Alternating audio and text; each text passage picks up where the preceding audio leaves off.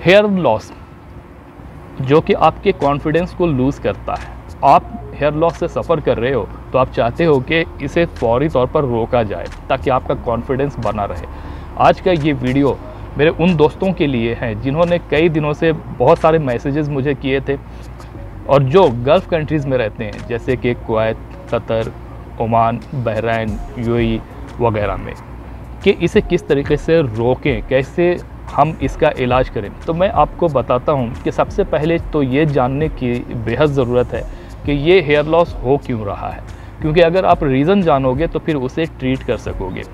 ठीक है, तो ये ज़रूरी है कि इसके रीज़न को जान लें। सबसे पहले और सबसे अव्वल जो रीज़न है वो हार्ड वाटर का है। शायद कुछ लोग मेरे इस बात से डिसएग्री भी कर सकते हैं कि नहीं, हो नहीं सकता, ऐसा नहीं होता है कि हार्ड वाटर से आपका हेयर लॉस हो। जी हाँ, कुछ महीनों पहले मैं भी यही समझ रहा था कि हार्ड वाटर ऐसा नहीं है, आपके हेयर्स के लिए डायरेक्टली वो रिस्पॉन्सिबल नहीं है। सारे ऐसे लोग थे जो कि हेयर ट्रांसप्लांट करवाने के लिए गल्फ़ कंट्री से इंडिया गए और हेयर ट्रांसप्लांट जब उन्होंने करवाया तो उन्हें ख़ास तौर से ये निर्देश दिया गया था कि हार्ड वाटर का इस्तेमाल आप अपने स्कैल्प पर अब ना करें, क्योंकि हार्ड वाटर आपके लिए बहुत नुकसान पहुंचाता है, आपके स्कैल्प को डैमेज करता है, आपके जो स्कैल्प के पोर्स होते हैं वो ढीले हो जाते हैं, लूज़ हो जाते हैं, आपके हेयर्स गिरने लगते हैं और आपके हेयर लॉस के कारणों में से एक कारण बनता है।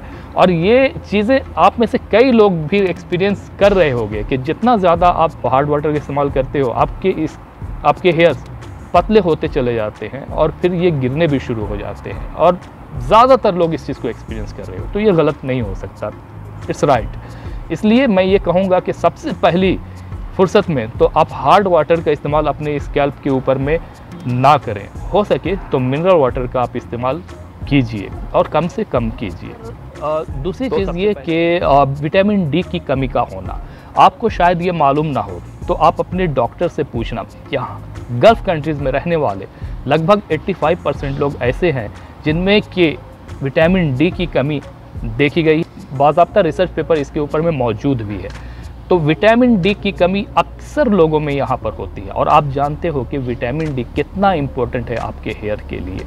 तो आपको विटामिन डी खासकर उन सोर्सेज से जो कि अवेलेबल है, जैसे कि आप अंडे का इस्तेमाल करके विटामिन डी ले सकते हो या फिर आप सूरज की रोशनी से आप विटामिन डी ले सकते हो। इसलिए ज़रूरी है कि विटामिन डी आप लें। मॉर्निंग में उठें, एक्सरसाइजेस करें और विटामिन डी आपको जो सूरज की रोशनी से मिलता है आप उसे लें। ये ज़्यादा ज़रूरी है, ये दो चीज़ें बहुत इंपॉर्टेंट है। तीसरी चीज़ ये कि जब हम बहुत ज़्यादा कंफर्ट और एयर कंडीशन इन्वायरमेंट में रहते हैं, हमारे स्कैल्प के ऊपर में रूसी होनी शुरू हो जाती है, डैंड्रफ होनी शुरू हो जाती है। हालांकि डैंड्रफ डायरेक्टली रिस्पॉन्सिबल तो नहीं है आपके हेयर्स के लिए, लेकिन ये आपके हेयर्स को और आपके स्कैल्प को नुकसान पहुंचाती है। इसलिए आपको कम से कम हफ्ते में 2 बार इसका इस्तेमाल करना चाहिए। ये है केन्स सेल लोशन। केन्स लोशन ये डैंड्रफ्स को आपके सर से हटाने में मदद करता है। ये पिंक कलर में आता है, जो इसकी लिक्विड है। आप इसे शैम्पू की तरह अपने स्कैल्प के ऊपर में इस्तेमाल करें। हफ्ते में कम से कम 2 बार आप इसका इस्तेमाल कीजिए। आपका स्कैल्प साफ रहेगा, सुथरा रहेगा, क्लीन रहेगा, आपके हेयर स्वस्थ रहेंगे। जो चौथी चीज़ है वो है बैलेंस डाइट का लेना, क्योंकि आपके हेयर फॉलिकल्स का जो मेजर पार्ट है, मेजर चंक है, वो प्रोटीन से बना होता है। आपके हेयर्स को प्रोटीन की ज़रूरत होती है। आपके हेयर्स को न्यूट्रिएंट्स भी चाहिए, विटामिन भी चाहिए, प्रोटीन भी चाहिए। ये कहाँ से आपको मिलेगा? जी हाँ, ये आपको खुराक से मिलेगा। ये और जैसा कि मैंने अभी आपको बताया कि विटामिन डी आप एक्सटर्नल सोर्स से ले सकते हो, जैसे कि विटामिन डी का सप्लीमेंट जो कि मार्केट में मिलता है, आप उसका इस्तेमाल कर सकते हो। आप चाहें तो ओमेगा 3 भी ले सकते हैं, जो कि एक बेहतर सोर्स है आपकी हेल्थ के लिए, आपके कार्डियोवास्कुलर सिस्टम को बेहतर रखने के लिए और आपके हेयर्स को प्रोटेक्ट रखने में मदद करता है। तो आप उसका भी इस्तेमाल कर सकते हो। तो बैलेंस डाइट लें, अच्छी डाइट लें और विटामिन, न्यूट्रिएंट्स आपके हेयर्स को जो चाहिए उसे दें।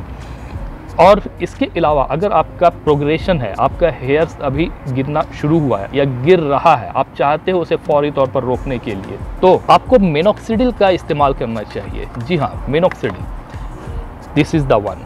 ये मिनोट्रेस है जो कि मैं अक्सर यूज़ करता हूँ, मैं अक्सर इस्तेमाल करता हूँ। इसके अलावा आप चाहें तो हेयर ग्रो मिनॉक्सिडिल आता है, आप उसका इस्तेमाल कर सकते हो। मैंने इसके बारे में रिव्यू दिया है, आप जा कर के उस वीडियो को देखना।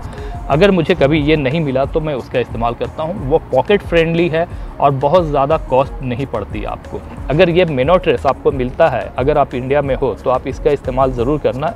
बेस्ट है, अच्छा है। 5% का सोल्यूशन भी है, 10% का सोल्यूशन भी है। तो आपको ये सारी चीज़ें आपको करनी है। अगर आप चाहते हो कि आपके हेयर सही सलामत आपके सर पर मौजूद रहें तो इन चीज़ों का ख्याल रखो। इसके अलावा ऑयलिंग करो, मसाज करो। अगर मसाज करते हो अपने स्कैल्प के ऊपर में तो आपका ब्लड सर्कुलेशन बेहतर होता है, तेज़ होता है और आपके स्कैल्प को, आपके हेयर फॉलिकल्स को विटामिन, न्यूट्रिएंट्स, ऑक्सीजन और प्रोटीन मिलता रहता है।